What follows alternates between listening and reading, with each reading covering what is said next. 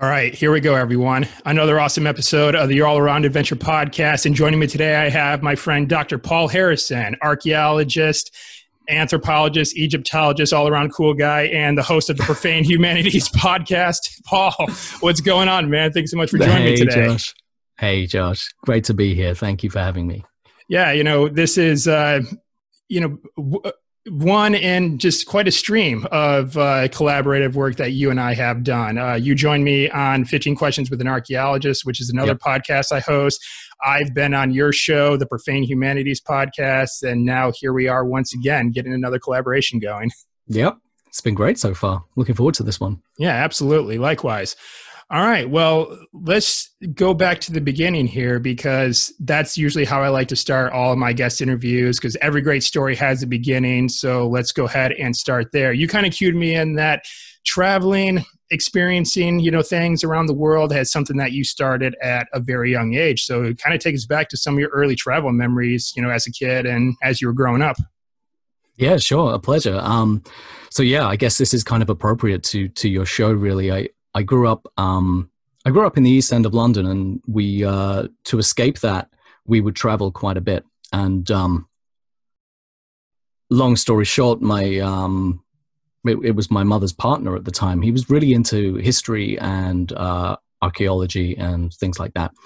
And so we would go to a lot of historic cities and places around the world. So we started out going out to Greece and the Greek islands. Oh, wow. And went to see all of the ruins there. So by the time I was like 7 or 8 years old, I'd seen, the Acropolis and the Parthenon and all of these incredible archaeological sites. I'd climbed up these kind of remote hills and these remote paths up these mountain paths to go and see these like old cathedrals and stuff. So basically the man who co-raised me, essentially, he was a big nut for like the Roman Empire and the Byzantine Empire and the Eastern Roman Empire and ancient Greece and Constantinople and things like that. So we went everywhere around the Mediterranean basin, especially. So I'd seen a lot of ancient sites, even by the time I was like 10 years old, I guess. And I'd traveled around a lot of Greece and Turkey, looking at ruins. And that really gave me that passion for it, like just scrabbling around ruins as a kid. And this was, I'm getting a little long in the tooth now. So this was like the 1980s, and there was a lot more free reign on sites back in the 80s. Like there was a lot fewer restrictions. And so I would just be scrabbling over these ruins and climbing everything and just, living my own little Tomb Raider fantasy kind of 10 years before Tomb Raider even existed, So, but just in line with Indiana Jones, though. Well, yeah, exactly right. So and I loved those films as a kid, even though I didn't really connect the two, especially. Like Indiana Jones was more of a hero than an archaeologist to me, and then I connected the dots as I got older. But we traveled around there and I'd done an entire tour of like Italy and Sicily and France, and I'd been all around a lot of Europe. And then kind of things changed as I got older and moved out of that neighborhood. And I ended up going to South Africa for an extended trip. And I mean, if there have been two main passions in my life, I think that the early travels and then that trip are the things that triggered those. And the trip to South Africa got me really interested in earth sciences and the kind of stuff that got me into working as a park ranger like much, much later. So we stayed in like game parks, and I got really interested in tracking and these kind of things that you associate with, being like a ranger of sorts. And so I'd kind of seen Africa and a lot of Europe, not been to Asia like yourself. That was my younger brother's thing. He's really into Asia, but it's been quite a ride, really. And I've been very lucky in that regard that even though, I came from a pretty rough neighborhood, I got to escape it quite a bit. And that's probably a bit of a key there, that I would anchor that idea of escape in traveling to other countries and in their history. And it got me out of, being in the kind of semi-demilitarized zone that I grew up in, basically. Yeah, I know what you're referring to. I have been through East London myself at some point in time. I mean, well, this was a couple years ago, so maybe it might be different oh God, at the time that I went now. than around the time you grew up there, back around like the 80s. So kind of going to Greece and to Turkey, at the young age that you were, mentioned that this was kind of like within like the 80s decade that you had traveled to. What was it like at the time in terms of tourism? You said there wasn't really a whole lot of, I guess I'll say, regulation as far as what you can explore, but like as far as like, let's say crowds is concerned, was it heavily tourized tourized? I don't know if that's a word, but you know what I mean? Like, was there a lot of people there? What is that word? It was very busy. I remember the sites being pretty busy. Like the archaeological sites were always pretty busy. And I remember going on, the 80s was about the package tour, So even though we went off on our own kind of path a lot, we did go on a lot of tours as well, because if you don't have a vehicle in another country, you get on a tour bus and you get to see the sites. So I remember there being a lot of package tours. I remember being in Morocco, walking through a really busy marketplace in Marrakesh, and it being extraordinarily claustrophobic because there were not only all the tourists there, which made it incredibly busy, but of course all the locals having their markets as well. Right. And Greece, Greece and Italy, not so much southern Italy and southern France in the 80s. They were, and even in summer, they were relatively a little less crazy when I was there, particularly places like Nice, which unfortunately just had that attack, and Sicily. Sicily's got some incredible ruins, and that was still pretty quiet when I was there in the 80s. But obviously that's changed now. I've been back since, actually, and your mileage may vary. Like some sites were really empty, and some sites were relatively busy. But they've got, the more archaeology a place has, the more opportunity you have to spread it out, so that you can kind of try and figure out when places will be slightly busier and what time is the best time to go to other sites, Right. Absolutely. Yeah. Because speaking of kind of like the package tours and everything like that versus kind of see it on your own, I think I more or less like to visit things on my own pace. However, I do find that there is certainly value in doing the package tours, mostly like you said, for the logistical purposes, because they usually provide, like, let's say a bus, or like when I was in Morocco myself, we used camels in the Sahara Desert. And so that was pretty cool as well. So what would you say would be probably like the ratio between you traveling to places with in tow as part of a tour group, or let's say just kind of like on your own? Is there like one style that you would prefer more than the other, or what does that look like for you? Yeah, for sure. I mean, it's a pretty clean split.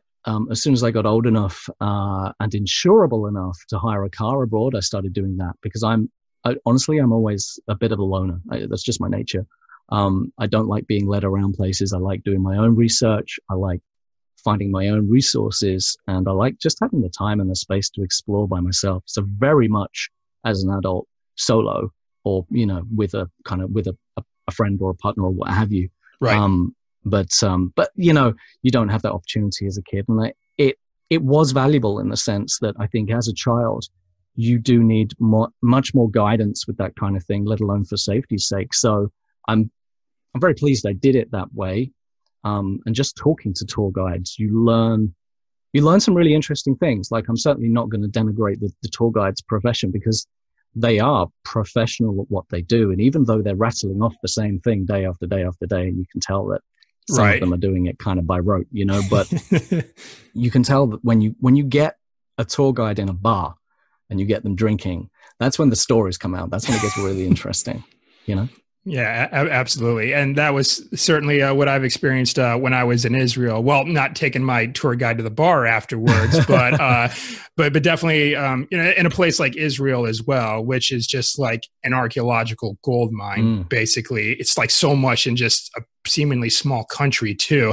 And it's just, gosh, there's just so much there to take in. And I was really glad that I took that most of that trip was centered around just taking like these day tours and day trips to places. Once again, for the logistical purposes, because I mean, I wasn't so sure how well I'd do if I hired a car in that country, but I'm sure I probably would have done just fine. But still, some places are harder than others. Like when I went to, I've been to Egypt 3 times. Now, 2 of those times were on tours that were like cruises out of other countries. So I took a couple of cruises out of Cyprus, because it's only like a day and a night by ship. Oh, really? To get down to Egypt. And you get into usually Port Said. I've not been to Alexandria yet. That's still on the list. And you get into Port Said and then you drive to Cairo. Now, in that instance, that was kind of ideal at the time, because I hadn't been to Egypt before. I hadn't experienced what the roads were like there. And having gone back later and seeing what Cairo was like to drive in, I remember just looking at it going, I'm never going to want to drive in Cairo. Like, this is horrendous. It's absolute chaos. And very aggressive, and everyone's just like hitting each other and scraping through. Like, this is at least the case, last time I was there. It was crazy. And I thought, there's no way I'm hiring a car here. I would never get my premium back, just nightmare. Yeah. There's definitely other places, I agree with you, where I would feel more comfortable. Like when I went to Tenerife in the Canary Islands, I rented a car there so I can explore the island myself. And fortunately, Spain was one of those countries where the drivers drive on the right side of the road like we do here in the U.S. It took me a little bit to kind of pick it up as a cyclist when I was living in the U.K., because obviously cyclists have to abide by the same rules of the road, and having to ride on the left and getting into this turn lane to turn right but still be on the left side of the road, that took a little bit of getting used to. But and I was kind of surprised just how smooth, I guess, the process was for me to hire a car when I was in Spain. It's just, as long as I had a valid license in my my home country, that was pretty much all I really needed. What was the process like for you hiring a car, I guess, in Egypt or other places that you had went to? I've hired cars pretty much everywhere I've been. I think the last few trips were actually the States, which is a funny story, because I actually learned to drive here first in a what you would call stick shift manual, and then I moved over to the States, to Florida, in fact, where you are.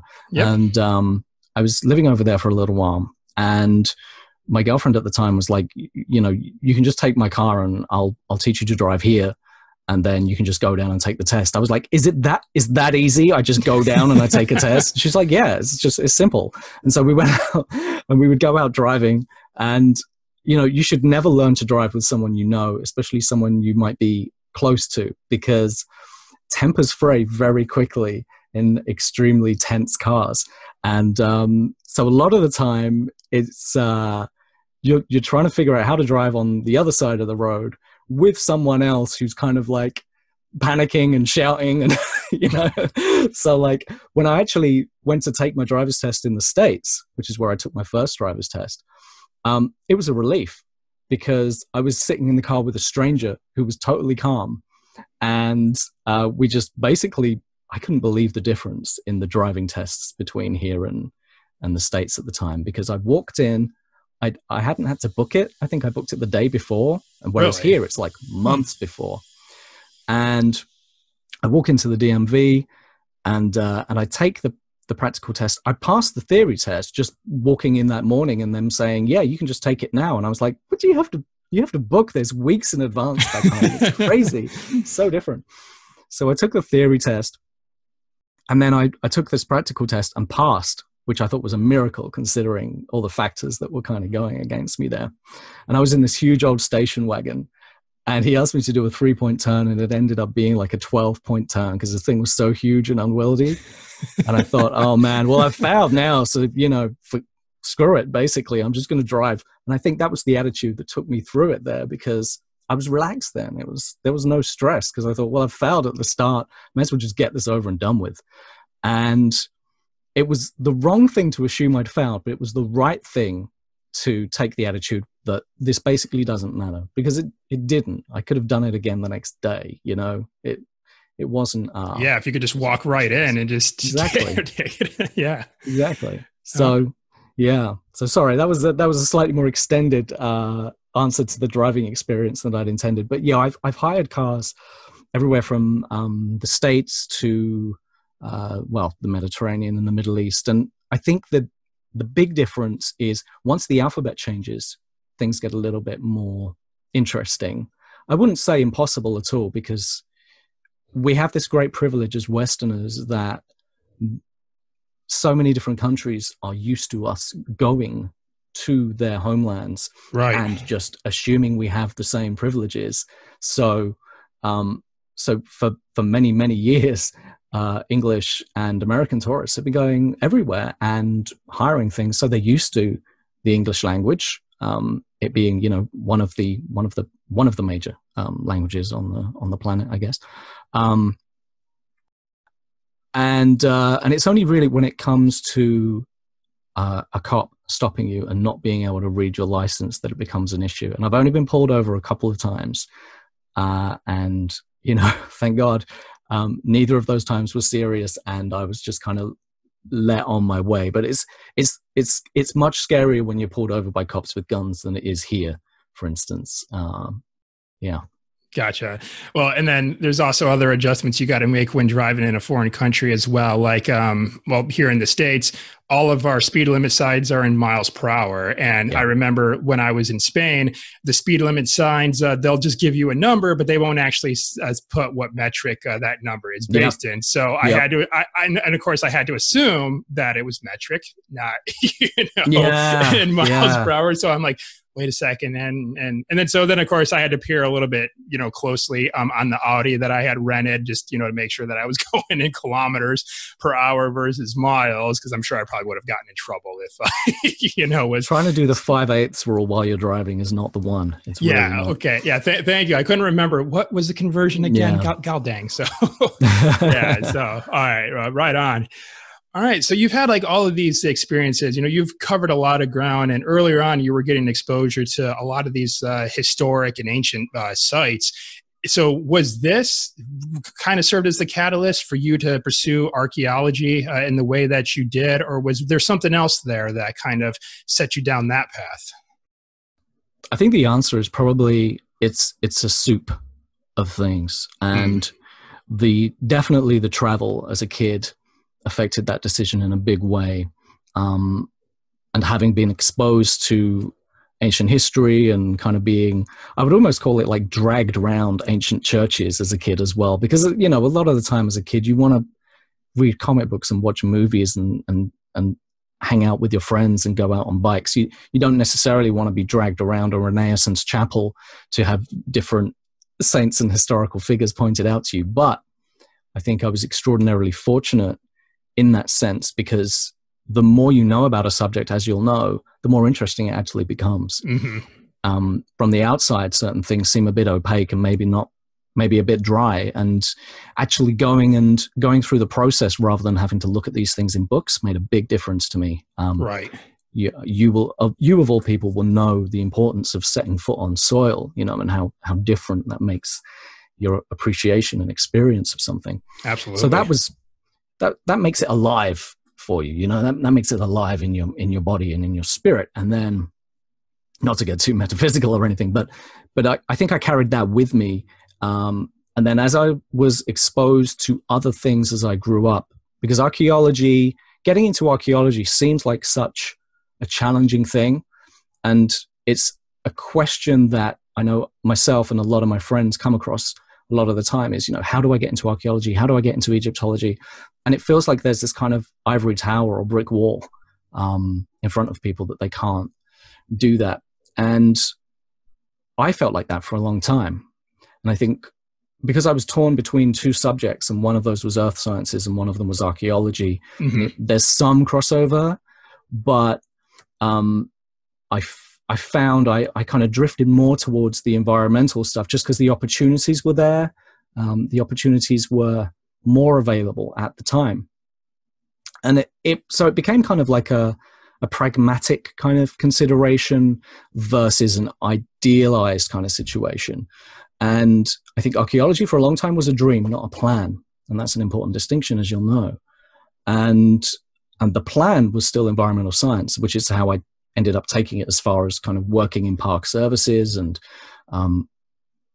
learning chainsaw skills and things like that. And I remember, so I was always indulging though. I was always indulging myself in the fiction of it. And I'd been part of a few different weird study groups. I'd been really into, back around the turn of the millennium when all the like alternative archaeology was really popular, and I was ignorant of anything better. I was really into that. I was, like many people, I was just drawn in by the mass appeal of this kind of mysterious archaeology and this idea of there being, more under the Sphinx's paws and all this kind of stuff.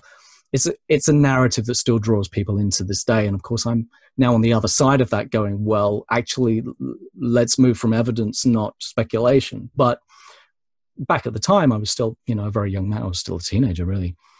And I was running a historical society at my college, because there wasn't one, like a history archaeology society, whilst finishing my Earth Studies degree, environmental science. And so I ended up working in that field for a while, but also indulging myself with like the fiction and the alternative archaeology. And then gradually, as I got older and a bit more critical and skeptical, more traditional archaeology. And there just came a turning point one time where I had taken on a tree job. And I wasn't a self-employed tree surgeon for a very long time at all. I was in the park for many years, but working as a tree surgeon, I didn't do for terribly long. And there's one main reason for that. And that was all of the horrific accidents all my friends and peers were having. And I remember I was hanging off this tree that was, I guess it was like a 30-foot tree. It was a pretty tall tree. I'd had to call in a friend with an extra long ladder just that I could get to the point where I could, I was lop and topping, basically. I was just taking off some of the branches and deadwooding. Right. And I remember working in this, it was this huge garden out in the countryside for like 12 hours with this petrol chainsaw hanging off a rope whilst I'm hanging off a rope, just like breathing in petroleum fumes. My throat's killing me. I'm feeling like, dry. And I'm thinking, this is the only way to really make money in this game, like building your own business and doing, working for another firm. You're not making really enough money to justify the risk, was my thinking at the time. And I was just there thinking, damn, this has got a shelf life. Like, a friend of mine had already cut the entirety of this section of his hand with a kickback from a chainsaw. Oh, man. There was another guy who was one of his friends who had cut through the back of his hamstring as the chainsaw dropped out of the tree, and should have they've all got a kill switch. Most good chainsaws, we were using the Stihl, the orange ones. Most good chainsaws have like a kill switch, so when it comes out of your hands, it should turn off. And this one had jammed, probably because of like debris. And it swung on a rope out of the tree and swung back into his leg and took out his hamstring and went, cut straight through all of the tendon and muscle there. And so all these stories would filter back, through the tree surgeon community, so to speak, because there weren't that many of us, everyone knew someone. It was a few degrees of separation. And I had been, reading a lot of historical fiction, and I think it was probably around the same time as things like the Da Vinci Code were happening. And I think there was this accumulation of my own past interest and involvement in history and archaeology mixed with this kind of reignited passion from the more fictional side that made me stop and just go, I can't do this forever. And if I actually want to achieve this other thing that's a dream and make it a goal, I need to stop now and change direction now, because it's getting too late and I'm getting too old to not do that. So it became opportunity cost. Really, that became the question. What am I missing out on by not taking this opportunity, rather than what could I lose by taking it? Right. And that would have just gotten a lot tougher over time too. You're going to be out there slugging out in the trees. You're going to have the days where, you're going to be tired. It's going to be hot, and, you're just feel like you're going through the motions. And of course, we're not here to knock anyone who works those types of professions by any means. But, it's just in your specific case though is I'm sure like as you went on, you'd be out there working in the field thinking to yourself, man, what if I was, in Egypt right now? Or what if I was like at this ancient site, doing this type of research? And that would have really, I think, just got very overwhelming, I'm sure. Exactly right. Exactly right, man. I mean, I have nothing but admiration for my friends who stayed in that field. And I've got a couple of friends, actually, shout out to Montrose Trees, who worked their way up and now have their own companies, and they're doing really well. And I admire and respect that so much. But I knew that for myself, this was a supplementary passion. Like, I can still fund environmental causes. I can still talk about environmental causes with experts, on the show, which is one of the reasons I expanded it to begin with. I can still help and use my knowledge about that field to further my goal there. But I don't need to be working in that field to do that, Right. So whereas I really felt like if I was going to make a contribution in any sense in archaeology and Egyptology, which was a passion, a lifelong passion, really, I had to be working in that field to really do that. Otherwise, I was an outsider, an untrained outsider, challenging the status quo. That's not the way to do it. You've got to kind of understand the system if you have any ideas that are. And my ideas weren't super contrarian or anything like that. I was just interested in stuff that wasn't typically studied in Egyptology, the more esoteric stuff. So yeah, so it really did come down to a decision of exactly like you say. And I come back to the notion of opportunity cost. What am I missing out on if I don't take this risk compared to what do I lose by everything going wrong? And if you look at that on paper, if you were to actually write that out every time you have a hard decision to make when it comes to your life, what do I lose if this decision all goes wrong? Well, probably not that much. In most cases, you're not going to die, and that means that it's not a total loss and it's recoverable. But time is an irrecoverable loss. We'll never get that back, right? So it's like, well, hang on a second. That's the biggest cost here. I have to go in that direction. So yeah, that's a very long-winded answer to your question. Sorry. Well, as the late great Wayne Gretzky once said, well, actually, I don't know. Is he still with us? I probably shouldn't have said that. I'm not sure what his current status is. That's a good question, Yeah, okay. But anyway, as Wayne Gretzky, let me correct myself there, once said, you miss 100% of all the shots that you don't take. And exactly. I might be paraphrasing that. I clearly did not prepare to give that quotation. To quote the great Gretzky himself. Yes. Yeah. So, all right. And I'm sure someone's going to blow up the comments, saying that I was wrong, which is fine. It's true. Yeah. Which if I'm wrong, fine. I can take ownership of that. So, yeah. All right. But now where did the decision to pursue Egyptology come to the picture? Because, based in the UK, and, I lived there for a time myself, there's just like so many fascinating like subdisciplines of archaeology that you could focus on there. You got the Romans, you got Vikings, you got the medieval era. So what was it that kind of led you to expand outward and focus on Egyptology? That's a really good question, because it's really hard to pin it down, isn't it? I feel like Egypt, as far as archaeology goes, certainly when I was growing up, Egypt was still kind of the headliner, Egypt and Greece. And I started out probably actually more interested in ancient Greece. And then something clicked, either something I was reading or something I was involved with.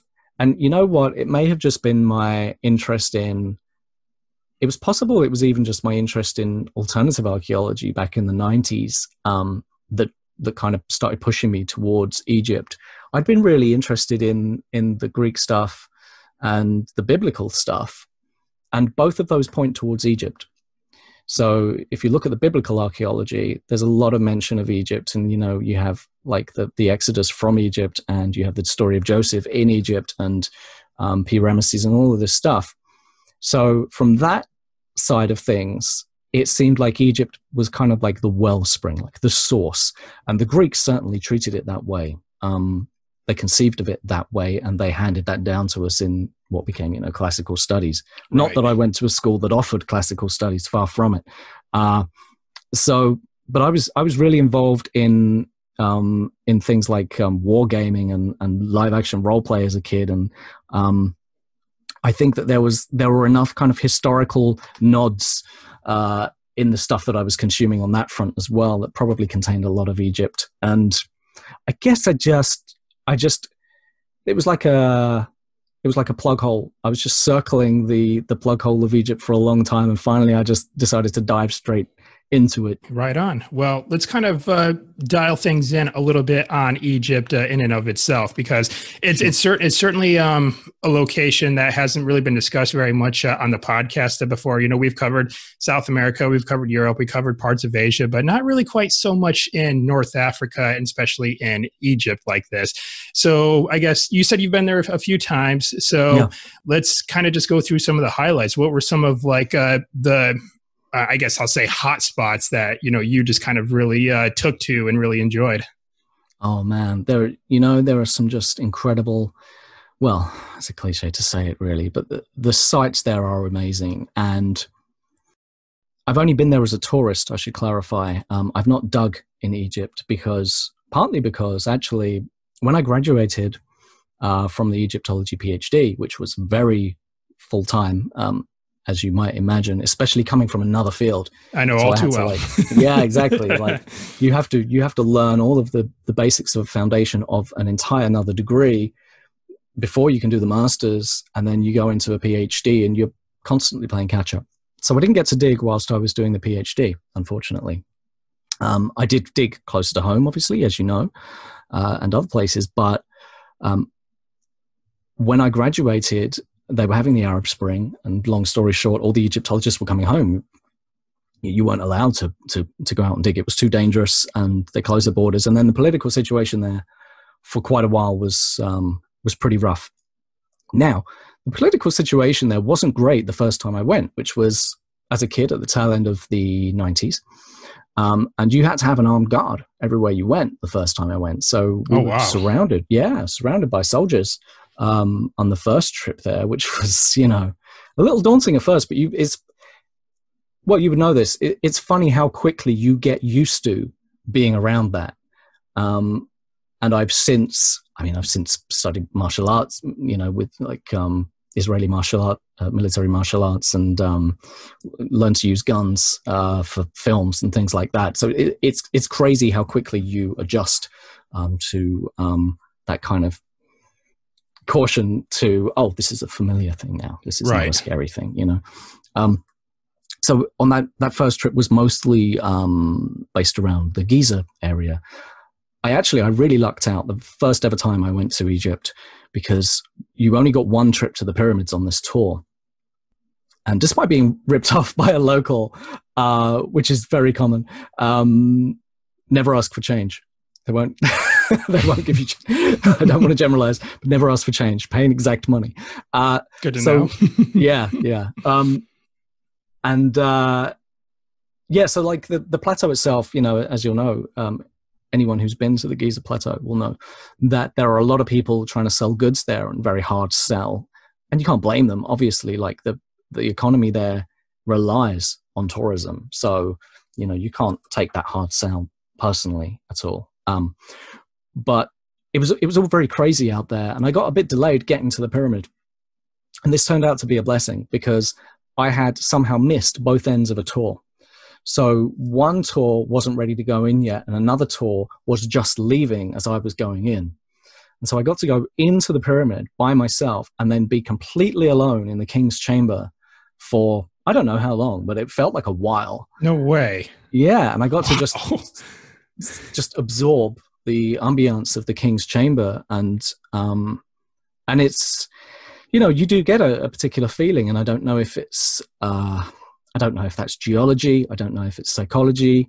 You know, you are under millions of tons of rock, but it does feel, maybe it's expectation as well, but it does feel very serene. There's certainly an atmosphere in there. Let's put it that way. That's the best way I can describe it. There's an atmosphere in the pyramid. The pyramid I went in anyway.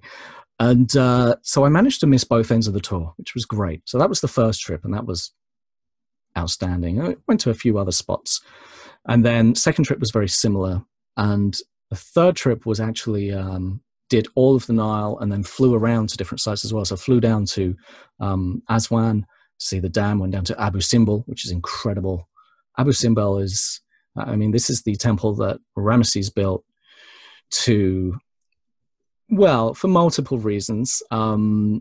It's an incredible piece of marketing, let's put it that way. I mean, if you're coming from the south, if you were a Nubian and you were coming north into Egypt, you'd have to pass that thing.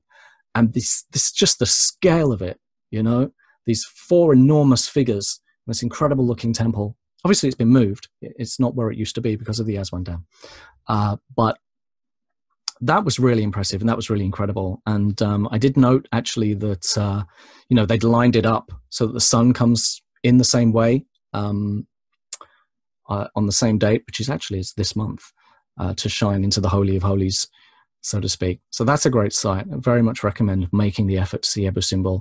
And, you know, Karnak and Thebes, what can I say?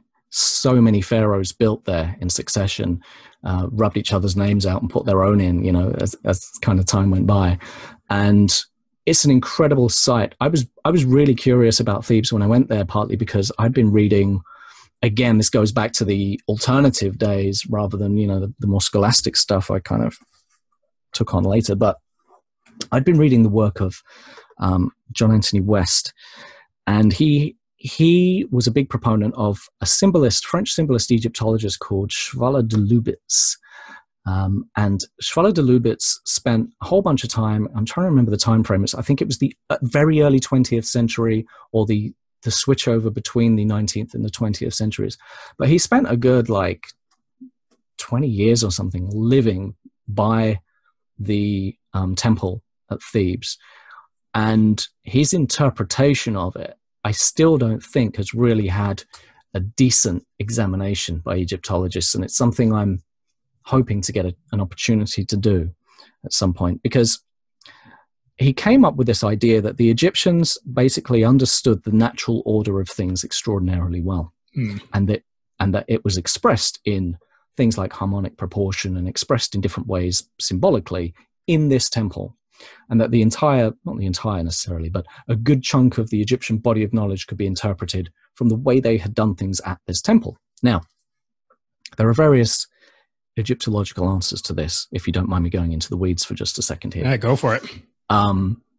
There are various answers to this. There's a very good book by Rossi. Her name is Rossi. I don't remember the first name, unfortunately, called Egyptian Mathematics, which sounds and looks a little bit dry on the surface. But when you get into it, what she's doing is genius. And this is an architect and mathematician who's also very familiar with the Egyptian sites. She's gone around and looked at the dimensions of all of these Egyptian sites, which is something that was done 20 or 30 years earlier by Badawi, and measured them for harmonic proportion and tried to see what about the claims of the golden ratio, harmonic proportion, and those kind of the Fibonacci sequence, those kinds of things, and tried to see, are these expressed and does it look intentional? And her conclusion was that they can be expressed. Certainly we, with our mindset, can project anything onto ancient architecture and find it. In most cases, if we want to. You can find pi in the Great Pyramid. That doesn't mean that the Egyptians understood trigonometry. In fact, there's no evidence to suggest they understood trigonometry at all, despite the fact that it's this incredible, you know, monument. It's built using very basic techniques. It's just so incredibly much work that it doesn't look feasible to a modern mind.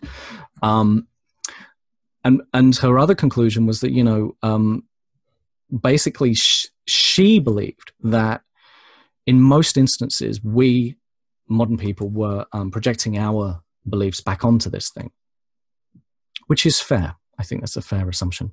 But when you go to a site like that and you look at it holistically, you realize there are things outside of the mathematics that are very interesting as well, symbolically. The uses of certain plants which geometrically express themselves in very particular ways, mathematically, etc., can all be tied to the way that they're used in the temple.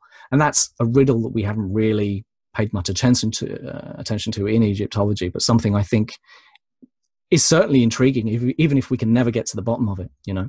So for those reasons, this is a very long-winded way of saying, for those reasons, I found Thebes and Karnak really fascinating. As far as simple beauty goes, the Temple of Philae, the Temple of Isis on the island of Philae, which is another site that was moved because of the Aswan Dam, but they did it painstakingly. They moved every piece of it, and it's just pretty much exactly as it was. Philae is really interesting historically as well, because it's the last place what we now label as pagan worship. Of course, they didn't think of it as pagan worship. It was just their religion. It's the last place that Egyptian religion, traditional religion, was practiced. I think they held out there until it was shockingly late. It may have been as late as like 500 AD or something. It was late for the time. Anyway, let's put it that way. And so it's some of the last graffiti that's there is by, you know, the last ancient pagans, so to speak. So it's a really fascinating and an incredibly beautiful site. And the last one, before we move on to something else, would be the Temple of Horus at Edfu. That was incredible. It's a late temple. It's built on the site of older temples. There's a tradition of succession in Egypt where they build newer temples on older temple sites and sacred sites, and that's really? Huh. Yeah, absolutely. So you don't want to destroy the temple that's there to get to the older stuff, but it's like this constant kind of almost frustration. It's like, I know there's more stuff under there, but we can't really excavate because we'd be destroying the context and Egypt is a funny old game when it comes to archaeology. There's a lot of additional considerations that have to be made there. Another thing on that point is that a lot of the Coptic churches, or a number of them, were built on ancient temple sites. So if you could excavate inside a Coptic church, you'd probably find some really interesting stuff, especially because Coptic churches go back to the end of what we think of as pharaonic civilization. Like the Coptic church started very soon thereafter. So arguably, it's possible that some of those sites wouldn't have been ransacked, wouldn't have been disturbed. And, you know, there may be some Coptic churches literally sitting on historical gold mines that figuratively and literally. Right. You know, you just got me thinking of what you just told me about Thebes all of a sudden. And now here I go. I'm putting on my archaeological hat too. Let's just go for it.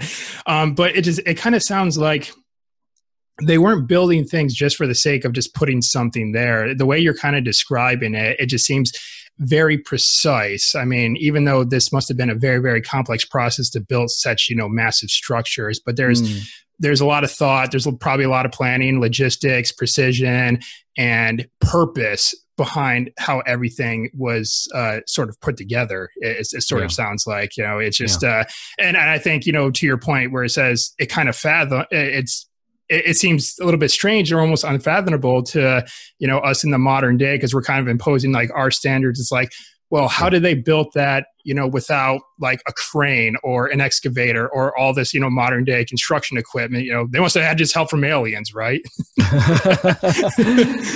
And this is the thing. This is why that theory, and that's why the show Ancient Aliens and stuff like that, this is why those things are so popular, because I think that we have a job. Mark from ArchaeoSoup puts this best, actually, is that if we don't represent our science and our field, someone else will.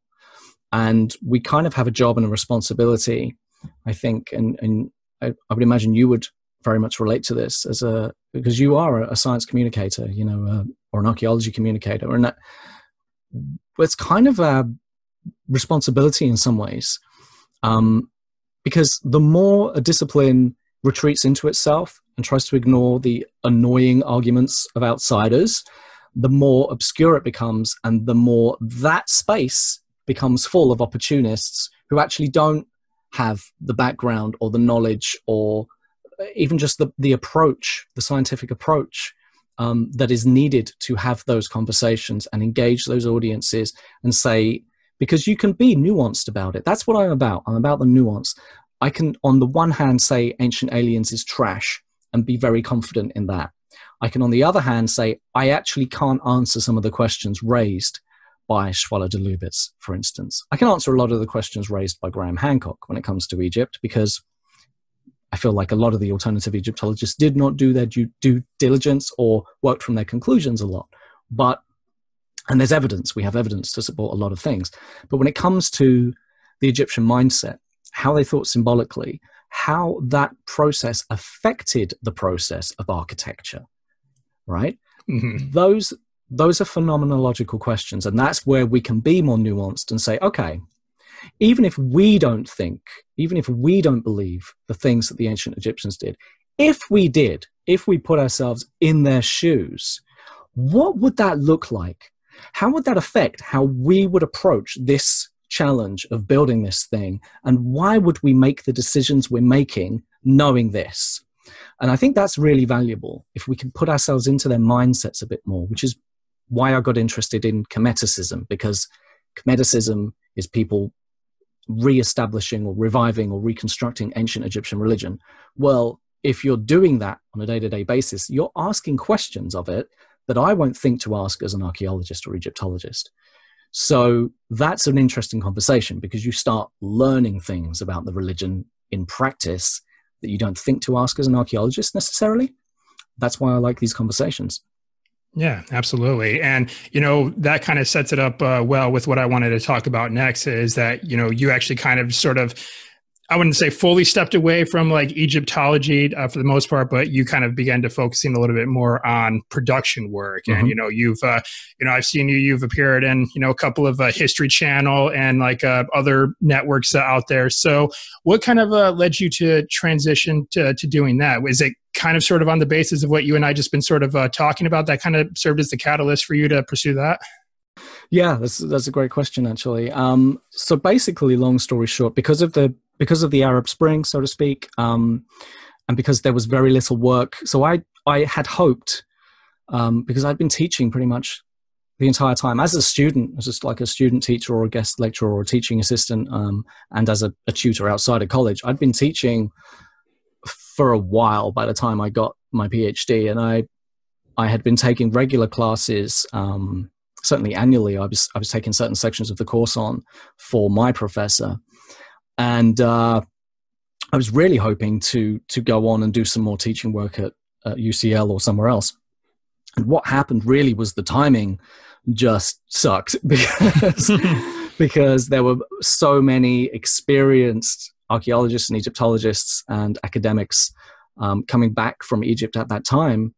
And every university position, of which there are a few, as you will well know, the applications they were getting in were from senior people who were willing to accept, junior money, essentially. So you didn't really have a shot. And I don't think I got a single interview for anything I applied for that year.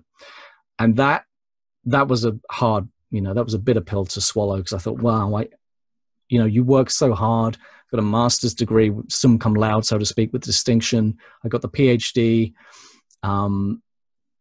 with very minor revisions. So, that went through really pretty smoothly, and I still couldn't get an interview for a job in Egyptology. So I thought, well, I'm not going to take that personally or speculate on why that might be. I'm just going to accept the situation as it is and try and leverage my other skills. And I knew that having a background in archaeology would be helpful in media, which is something I'd already started kind of working in slightly. So whilst I was doing the PhD, long story short, we may have covered this elsewhere, but I got a casting sent to me. They were looking for this kind of Indiana Jones, real life Indiana Jones dude. And I put in an audition. I literally rolled out of bed on the last day it was due in, put in an audition and forgot about it, because I thought there's not a snowball's chance in hell that's going to happen. And typically, I forgot about it. And several days later, I get a call from an agent who's now a good friend of mine, Nigel Hetherington from Past Preservers. And he's like, are you serious? Do you want to do this? Because they're interested in you. And I was like, what the? What? Are you serious? He's like, yeah, are you serious? Because you're going to get booked on a plane to Los Angeles next week if you are. And I'm like, okay, I guess. And dude, I was terrified. I mean, it was just so, daunting, I'd presented a few bits and pieces, but I'd never done a lot of camera work at that point. We're talking, this is 10 years ago now. And So I get on this plane and I fly out to the States, and I get my first taste of Hollywood. There would be several more to follow. That's another podcast episode. But there were adventures. But long story short, I shot that pilot, and I didn't get that show, which I think ended up being a good thing because the show wasn't very well received. It did get made. I'll name no names, but it didn't go down very well. It didn't end up making anyone's career. If anything, I think it probably would have damaged me academically if it had happened. So several friends were like, dude, you dodged a bullet. Like it may have seemed like a dream job, but you dodged a fucking bullet there. And I was like, okay, I can reconcile that. Now, what that meant, of course, was I'd gotten the taste for presenting and archaeological media. And I realized, wow, there's this whole field here. Now, it's getting very common now. Back then, there weren't many people, archaeologists, doing TV stuff and self-producing and things like that. So long story short, I started producing a small documentary, which we were trying to crowdfund at the time. And we were not successful. We didn't get all the money, but we did follow through on all our pledges. We just never got to make the film.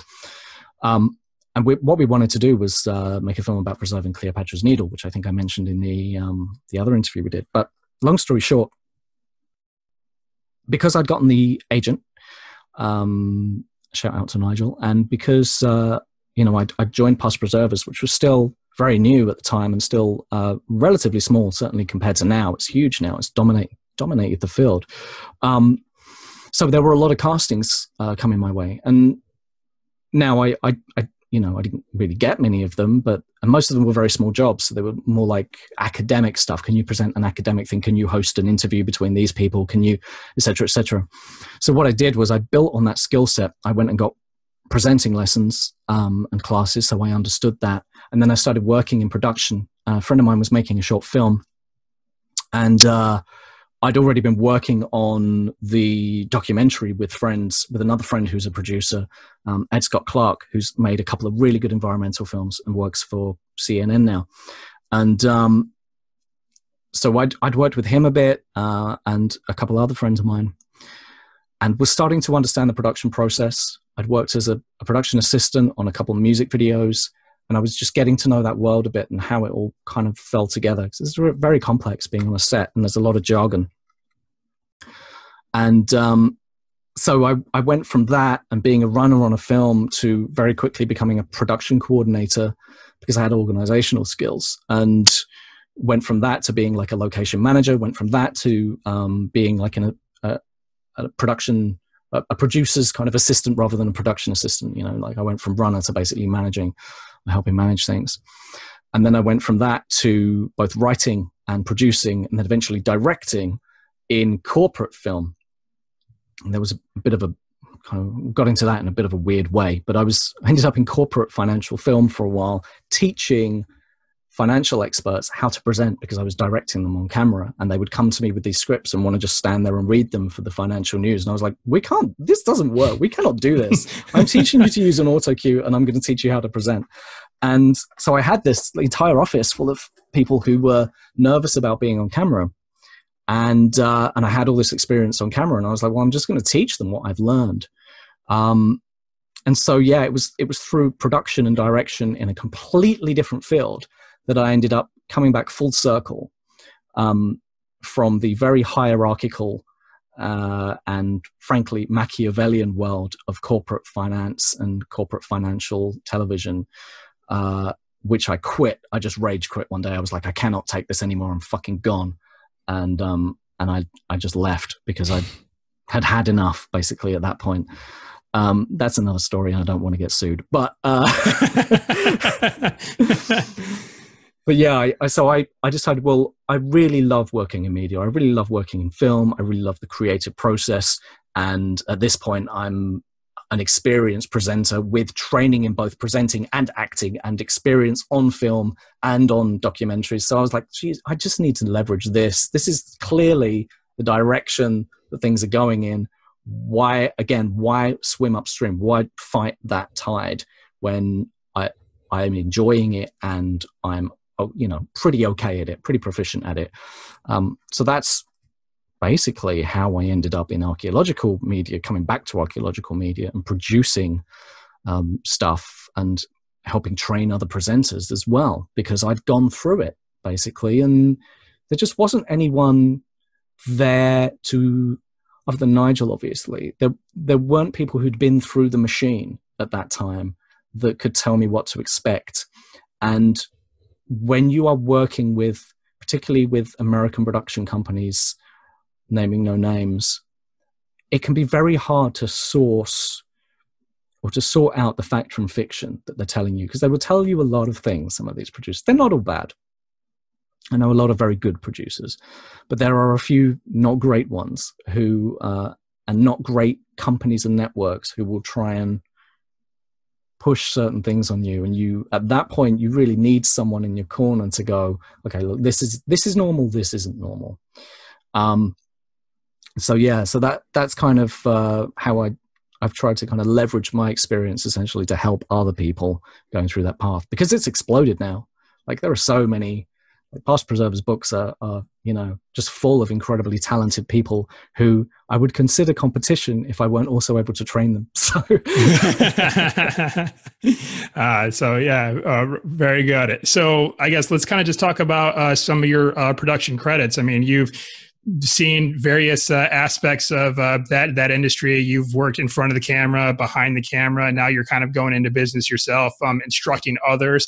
But where have you been featured? Like again, I'd mentioned History Channel, but talk to us a little bit more about that. Oh yeah, sure. Like I say, the first thing I did was ended up not being aired, but that was shooting a pilot for Sci-Fi. I then did a few kind of much smaller things. I then actually ended up acting and getting a few things in film, and both short film and the indie film scene in Britain. So I did a few bits there: Rise of the Craze, Fall of the Craze, a couple of short films that ended up in Sci-Fi 48 and winning a few Sci-Fi 48 competitions, and Shuffle Fest. So I was kind of lucky to be part of some really strong teams that won a few bits and pieces. Did a short with Simon Merrills, who's coming on the show soon, actually, from Spartacus, and Nightfall. We became friends through working together. Worked with people like Rebecca Hall. Worked with her on a very short film. A whole bunch of things that are just kind of a bit of a blur now, to be honest with you, because it was just so busy at the time. But then I came back to the archaeological stuff, and I did a couple of films for Sega. Wrote and presented some pieces for their Total War series, the video game series. I'm a bit of a gamer myself, so that was a real trip for me. I really enjoyed that. And getting to know those guys, working with the director, Elliot Kidner. He's great. Shout out to Elliot. He's awesome. And then on to, it was Ancient Top 10. That was one of the tentpole ones that did the rounds. That was really fun. Went and shot that in Wales, of all places, and ended up going and seeing a bunch of like old cathedral ruins. It's like Middle Earth out there. It's incredible. Oh, wow. Beautiful.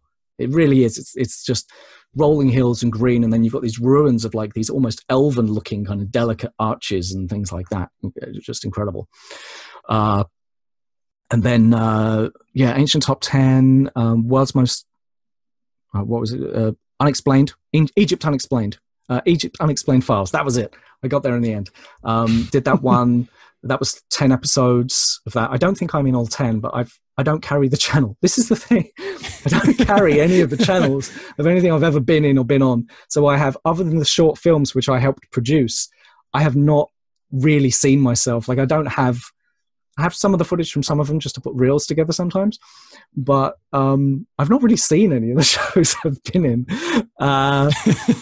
So I got invited onto a couple that I actually knocked back. I got invited onto Ancient Aliens, and that just had to be a blanket no. I mean, on the one hand, you are tempted because it's like, oh, I really want to go on and like represent for science and in academic Egyptology here and be a voice of reason. And on the other hand, I'm not going to be in the editing room. That's very true. Yeah. So even though it's mostly a myth, like people making archaeological TV aren't ever going to edit you badly out of caprice, because that's just not how the industry works for the most part. Like, unless you're on a film with a director who hates you, that's not going to happen. And that's very uncommon. Most people are very professional. That being said, shows with unnamed shows, I don't want to get sued, unnamed shows that may or may not be agenda driven, clue is in the title. Those shows, I'm not, let's just say I don't have 100% faith that the people in the edit room aren't given a bit of a spec. Get this, see if this guy just says this at any point and put that on, because that's what we, you know, like, so there are certain instances where I'm cautious about what I'll agree to being on, and then I'll turn around later and I'll be like, oh, I wish I'd done more TV, and I'll kind of slightly regret not taking those things. But I think it's probably best, you know, to go with your gut. Yes, it sounds like tough waters to navigate at times, for sure. But actually, I do remember seeing you in Ancient Top 10, and also our mutual friend Clint Janulis, who was also on the podcast. Oh, yeah. I've seen him on there too, and I thought that it's always kind of cool when you watch a TV program and you see someone you know like featured like on a show. It's always just kind of cool. I'd say like, I know that guy. Yeah, it's quite funny. Like I still. And obviously I'm like a freaking Z-list nobody really, but like I still get friends and sometimes people I haven't spoken to in years sending me like screen grabs through various like social media going, hey dude, I just saw you on TV. And I'm like, I'll never get used to that. I've not even seen that show. Like it's just so alien to me. I don't think about it, you know. It's just like, oh, I am. Yeah, I guess I am on that show. Yeah, thanks. That's cool. That's cool. That's fun. All right. Right on. So you've definitely covered a lot of ground, both, you know, as a traveler and also just through certain pursuits and aspirations that you've had throughout your life. So just kind of looking back on it all, and this is certainly going to be a loaded question, but I'll just ask you just to kind of share what comes to mind. What would you say are some of your biggest takeaways? What are some of the main life lessons that you think, looking back on it all, that you sort of kind of been able to take away and implement into your life moving forward? Honestly, I think, and this will be a big one for everyone probably right now, because it's don't procrastinate. Because there were so many things I put off thinking, oh, I'll be able to go to that place next year, or I'll be able to go and do that thing another time. I'll go and visit that site next time. Oh man, I'm kicking myself now. You know, we've been stuck in lockdown, obviously, so that's kind of this will date over time when hopefully this is all blown over. But yeah, I definitely have. They say try to live a life of no regrets. That's impossible. That's a fool's errand. But try and kind of make the choices that give you regrets you can live with, because there are things I haven't done, which I really regret, and opportunities I haven't taken that I somewhat regret. Now, granted, sometimes those choices weren't always in my hands. Like when I was in my early 20s, I developed like stomach issues and basically a kind of form of IBS. And it took so long to wrestle with that. Like that dictated the direction of my life for a while, because I was otherwise an extremely fit and healthy person, and suddenly I had this incredibly unreliable stomach issue, and I was like, oh my god, how am I gonna travel? Like the last time I went to Egypt, I was sick almost every day, and I thought, well, how am I gonna travel and make like TV? So it became priority number one at that point in my life to go, okay, health. I need to learn to understand the biology of my own body, and work with that, rather than, it's very tempting when you get something like that to think of like, you know, the stomach being the enemy or your body being the enemy. Like it's not true. Don't conceive of it like that ever. And you'll know this because you've had, you know, parasites when traveling and various different horrible illnesses and stuff. You just got to work with your body. You got to try and understand what's going on and support it by making choices that support that. So that took a lot of my choices away at that point in my life. And I'm still, even though I've kind of learned to deal with that a lot better now, I'm still, it's still a consideration I have to make for certain trips and certain jobs and things like that. It's like, oh, am I going to be able to, like, I have to avoid wheat and dairy at all costs. It's like, am I going to be able to source food when I go somewhere? It becomes that kind of, you know, it's like you have to really get down to the wire and go, right, what can I live on? Can I take 4 cans of tuna fish with me and just live like a caveman for a few days and just eat meat, you know, like, and I know I can do that. My body seems to likes meat. And which is a shame because that's not great for the planet. And I used to be a vegetarian for that reason, but that's what my body wants, and that's what it seems to agree with. So you have to make choices. But coming back to your question, and I'm sorry, I've been very rambly today, but I'm trying to give you unique stuff that I don't normally talk about. Coming back to your question, I think that's the biggest one. And again, it comes to opportunity cost. That's the theme of the day. Right now, we are all living in this huge opportunity cost, this opportunity sink, where we're not getting to do a lot of the things we want to do, even basic stuff like, you know, visiting your family for Christmas, maybe off the cards, who knows? For me, that's given me much more of a drive to actually just say yes. I think one of the most productive and crazy years of my life, and it would take an entire podcast to cover, was when I did an experiment with myself called the Year of Yes. So I'd pretty much got on top of like the stomach problems and the health.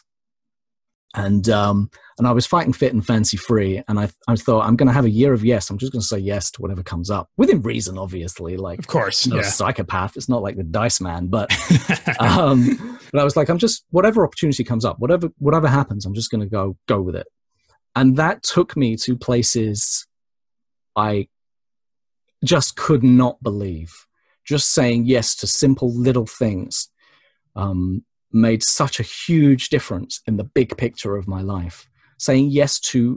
Literally saying yes to one extended drink at a different venue afterwards where I was about to go home opened up my life and brought people into my life that I was hanging out with at premieres in Hollywood 6 months later. And it was like, there's that old poem, you know, for want of a nail, a kingdom was lost. You know, for want of a nail, a shoe was lost. For want of a shoe, a horse was lost. For want of a horse, a knight was lost. For want of a knight, the battle was lost. For want of a battle, the war was lost. Mm-hmm. And thus it was, for want of a nail, the kingdom was lost. That idea has made such an impact on me over the years. The micro and the macro can't be separated. And we're kind of taught to try and think in those two different fields. Oh, what's the micro here and what's the macro here? And it's bullshit. It's marketing bullshit. Mm-hmm. The micro is as important, if not more important, than the macro in so many cases. And staying objective and trying to understand your decision-making process is the key takeaway. Because if I make a decision based out of, and I don't want to sound a bit woo-woo here, but if I make a decision, say, for instance, that's influenced by my anxieties about traveling to a certain place because I can't source food, if my decision is entirely based on that, I'm going to make a bad decision, right? I'm going to make a fear-based decision instead of a... Right? So, and you know, you've been here, you know this process. Mm-hmm. So understanding the mechanisms of your own decision-making process are crucial. And that means understanding your own psychology, which is why I've kind of piled into psychology over the last few years. Neurolinguistic programming and all of that kind of stuff is a fascinating topic. Not in how it affects others, but how it helps us interpret ourselves. So that's a very rambly answer of saying understanding your own decision-making process and making much better fucking decisions is the key takeaway from so many of the different things I've done.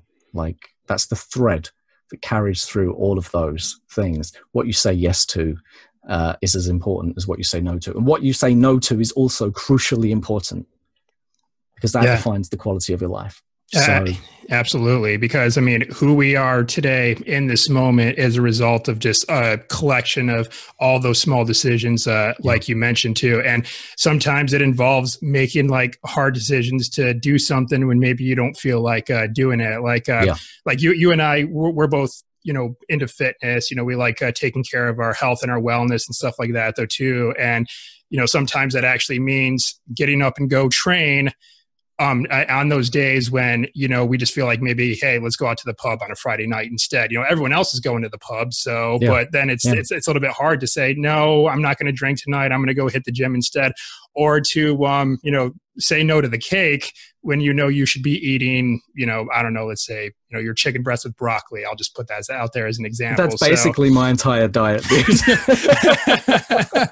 but really, yeah, it's just being willing to make those same, right decisions over and over and over again consistently is what's going to yield the results that you want. I mean, I think a lot of people in the state have a tendency to, especially in the day of social media, it seems like, to view a lot of people who post highlight reels of their lives on social media to assume that their overnight successes. Well, for a lot of these people, their overnight success took 20 years, if not longer. Exactly. So, right. It's just collection of just consistent, right decisions over time. So 100% consistency trumps intensity every time. Bruce Lee.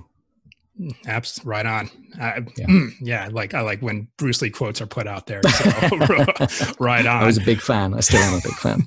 Awesome, man. All right. Well, we're kind of starting to get close to the end of our time, but before we get to the wrap up, we've hinted at your show a couple of times here, the Profane Humanities podcast, but by all means, give us a little bit more of an in-depth look and what our listeners could expect from your show. Thanks, Josh. I really appreciate the opportunity to talk about that. So Profane Humanities podcast was previously the Profane Egyptologist. I expanded it out just because I wanted to be able to get a variety of guests on, a more representative, shall we say, variety of guests on from different fields and different backgrounds.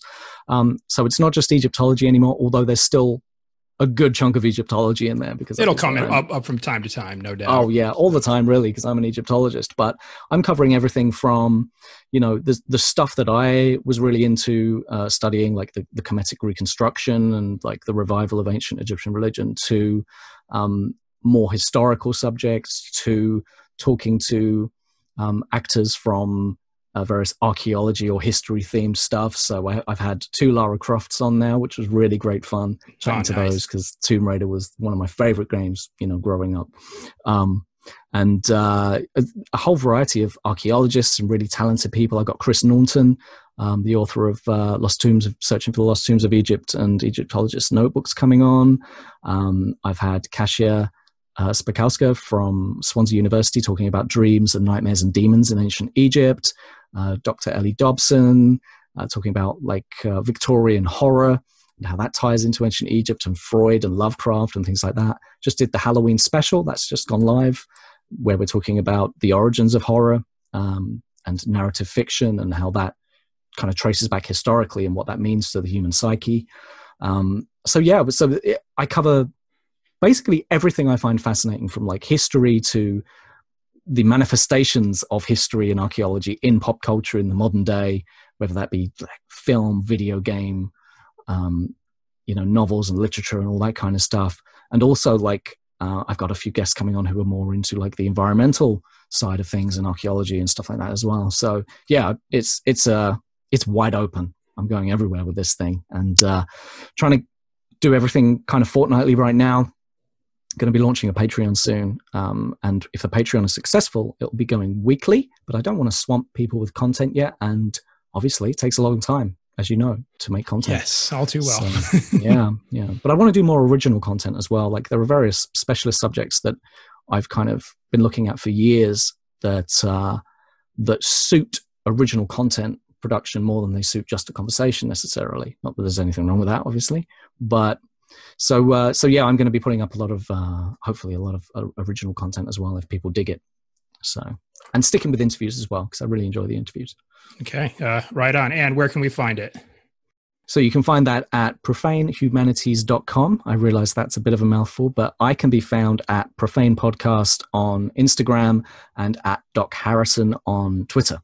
All right. And all those will be linked up in the show notes for this episode, so listeners can find it there nice and conveniently. All right. So moving into the wrap up now, one thing I do with all my guests on the podcast is to issue a challenge to our listeners, because information's great, but information can only take people so far. Action has to follow to achieve the results that we want to achieve in our lives. So what I'd like to ask you is, what challenge would you issue to our listeners for them to go out there and start living a more adventurous life? It would be, don't wait. And every time you hear yourself saying, I can't, what I would have you do is ask yourself why. Even if it's an unconscious, I can't, right? I can't go on that trip. I can't go and do this thing. Stop. Whenever you catch yourself, use that as a trigger to say why. Why can't I do that? Who said so? Did I say so?